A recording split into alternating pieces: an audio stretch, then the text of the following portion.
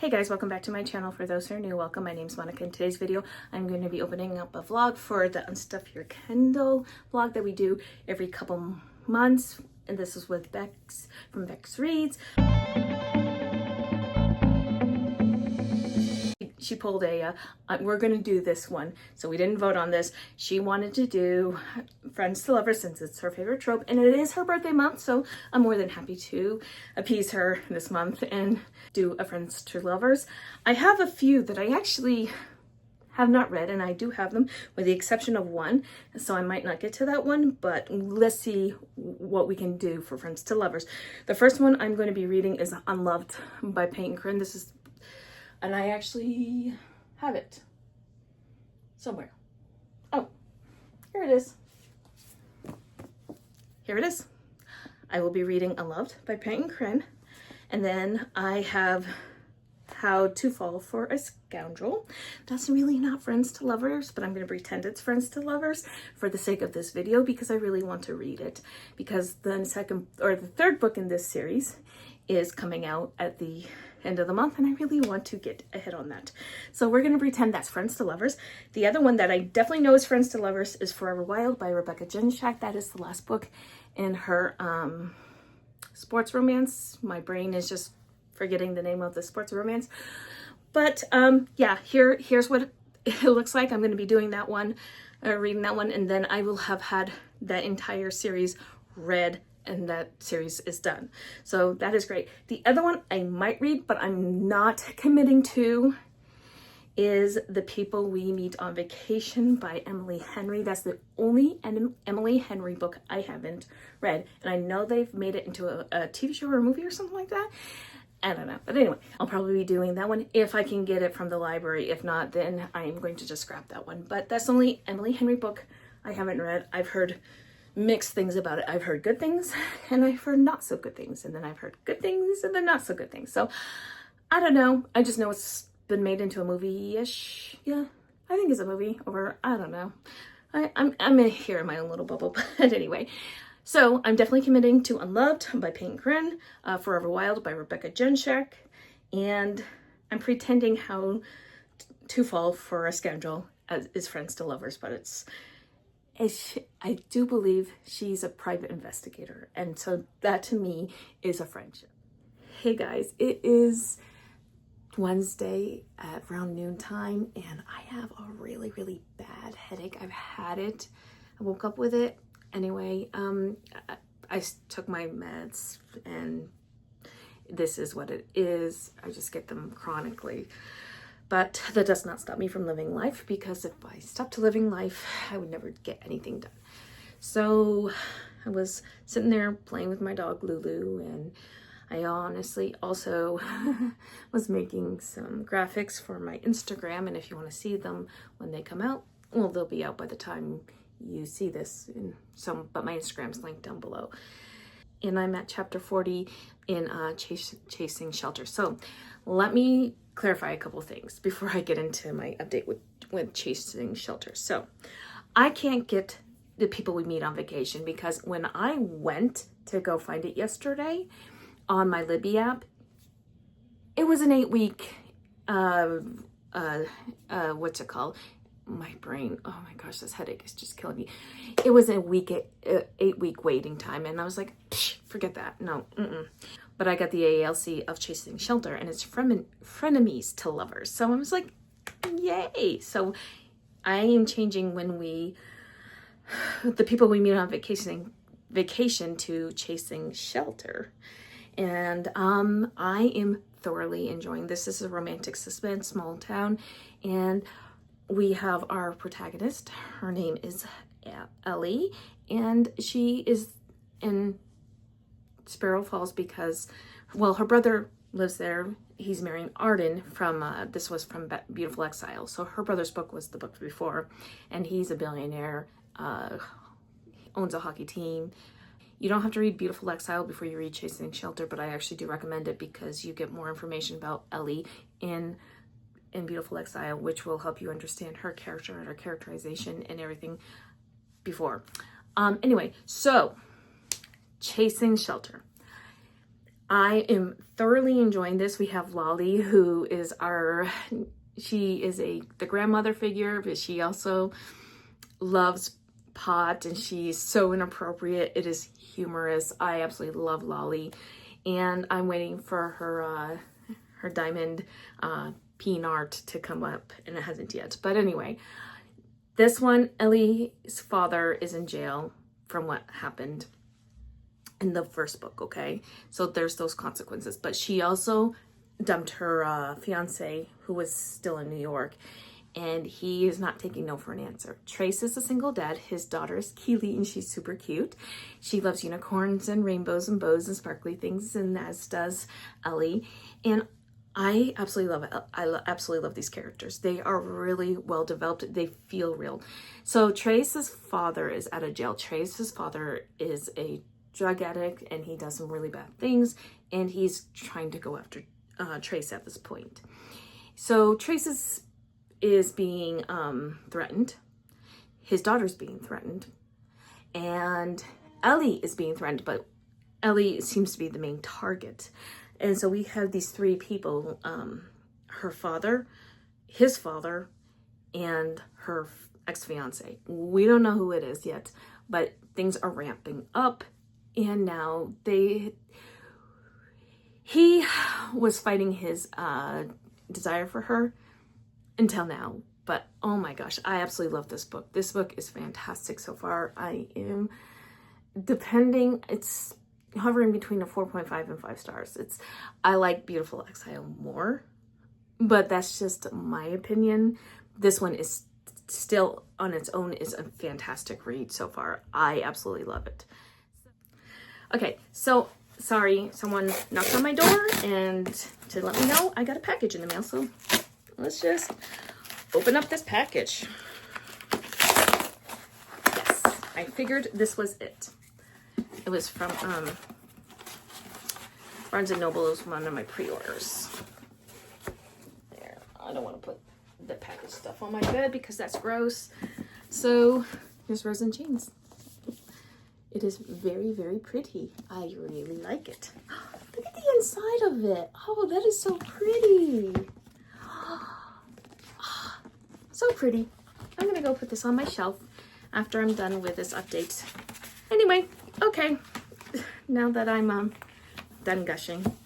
So, Rose and Chains, yay. So, anyway, what was I saying before I was interrupted? Oh gosh, this head. Okay. Oh yeah, so I am going to I'm not going to read the Rebecca Jinshak one, but I do need to eventually get to it. I'm instead going to be reading The Marriage Hex by Sarah Blue. It is witchy, it is cozy, it is probably going to be steamy. It is one that I wanted to read for a while. It just came out on audiobook, and I really want to listen to it. And I looked to see what the tropes are, and it's friends to lovers. I was like, yay for me, it's a friends to lovers. I am still going to be listening to Unloved by Peyton Curran, and I think those are the 3 books that I am going to be reading in this vlog. So I'll let you know. I'm sorry, this headache. All right, so I'll let you know what I think of Chasing Shelter when I'm done, and I will give you an update as soon as I start and or am halfway through The Marriage Hex. But so far, this is turning out to be a very good vlog. Still need to read that Kate Bateman one. I might add that one on the end. I'm not sure what I'm going to do. So, anyway. Hey guys, so it is like almost 5 o'clock on, oh gosh, what day is it? It's Wednesday. I finished Chasing Shelter, and I'm giving it 4.5 stars. I really, really like it. The Sparrow Falls series is been really one of my favorite series from Catherine Cowles. This one, it ends a little differently than what I'm used to from Catherine, which I actually really appreciated. I really liked Trace and Ellie. He's super grumpy and very A-type. He has to have everything. He follows rules. He lives by schedules, and there's reasons for it. And they basically complement each other because they're opposites. And I really liked it. I really liked how third act conflict, which is the romantic suspense plot, how it unfolded. It made sense. We find out who is doing what and the reason why, and it made sense, and I really liked it. I thought it was really well done, and I actually did guess who the villain was in this one, so I did it again. It's like 2 or 3 that I've guessed from her. Anyway, so she writes such good characters. Like, I can see these characters actually being real. Like, there's nothing, I'm just gonna give it 5. I'm giving it 5 stars. For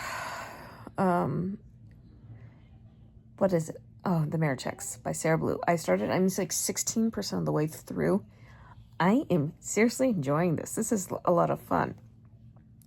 This one, our heroine is a witch and our hero is a werewolf. And when they were younger, before she knew what she could do, that she could do magic and stuff, she made a hex. She put a hex on herself and the hero, and they were compelled to go to the marriage license office and to get married. They used to be friends and now they're enemies, and they are compelled to get married because they turned 30 and they made a pact. I guess that turned into a binding curse that if they're not married by the time they're 30, they would marry each other on her 30th birthday. And I thought that was fantastic. It is so fun right now. I am having a lot of fun with this. So anyway, that is my update. So I finished The Marriage Hex last night before I went to sleep, and we had this massive thunder and lightning storm where it shook our house. It was crazy. And so I had animals just like cowering, and I felt so bad for them. So The Marriage Hex. I absolutely love the setup where our heroine, who is Violet, she was in an orphanage until her 16th birthday when her grandmother came and got her. And at the orphanage, she met a wolf shifter named Silas, and they made a pact that they would get married when they turned 30, if neither of them were married. Now, 30 years, they're both compelled to go to the marriage license office to get married, and so they do. But Silas knows more about certain things than she does. She's been left in the dark by her grandmother.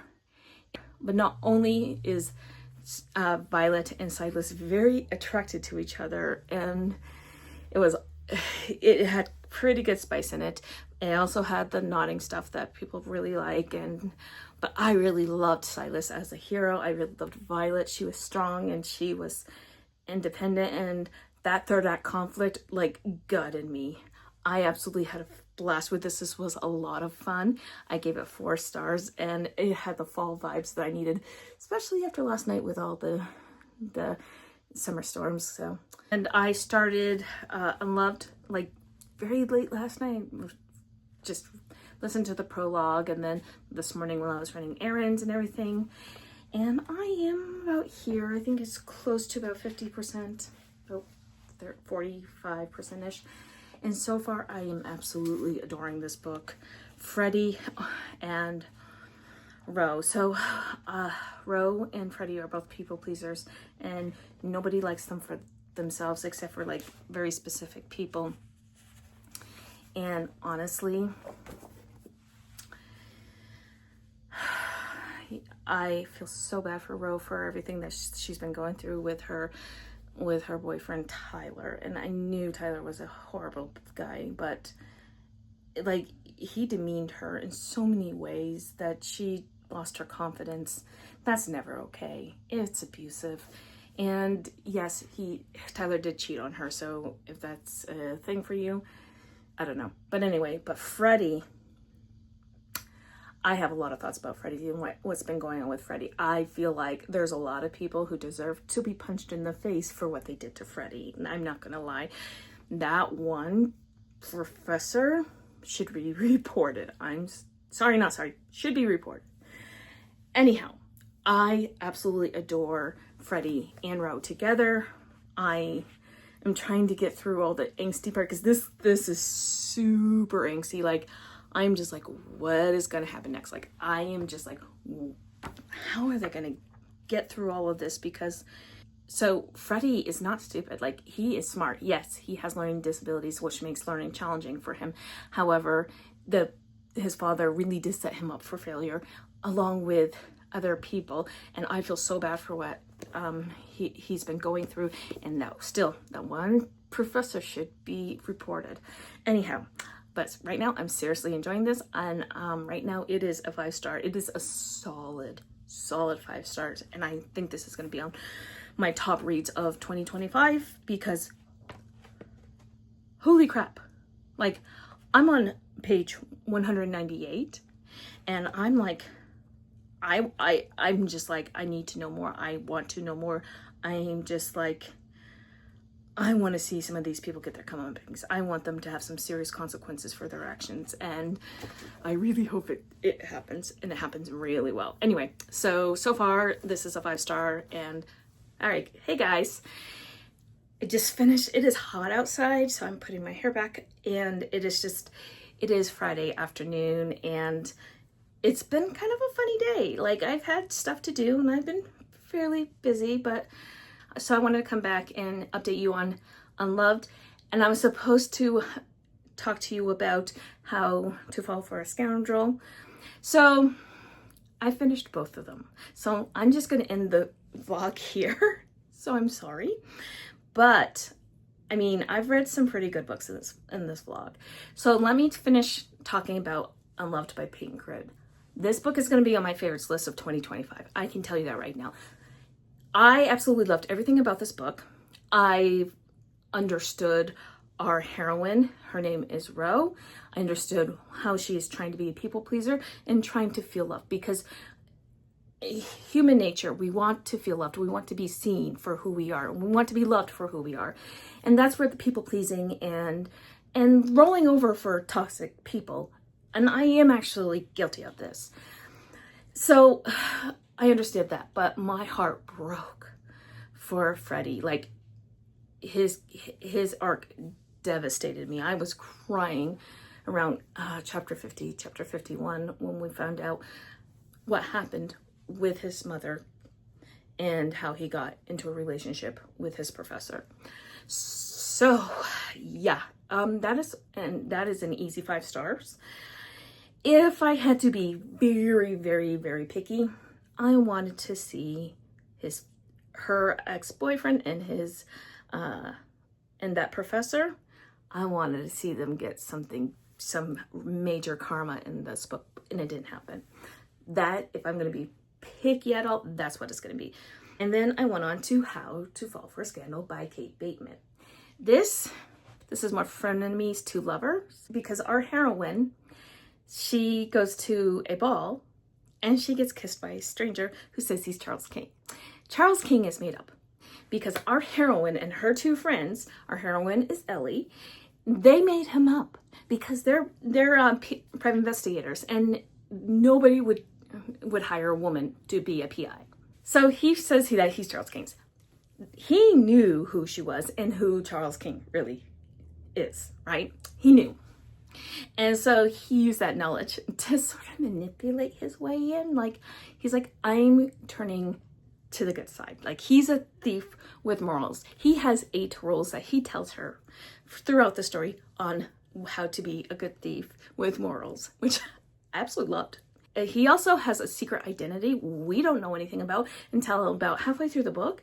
And then we're like, oh, because after they have their first sexy times, we get his point of view, and I'm just like, okay, this is getting more interesting.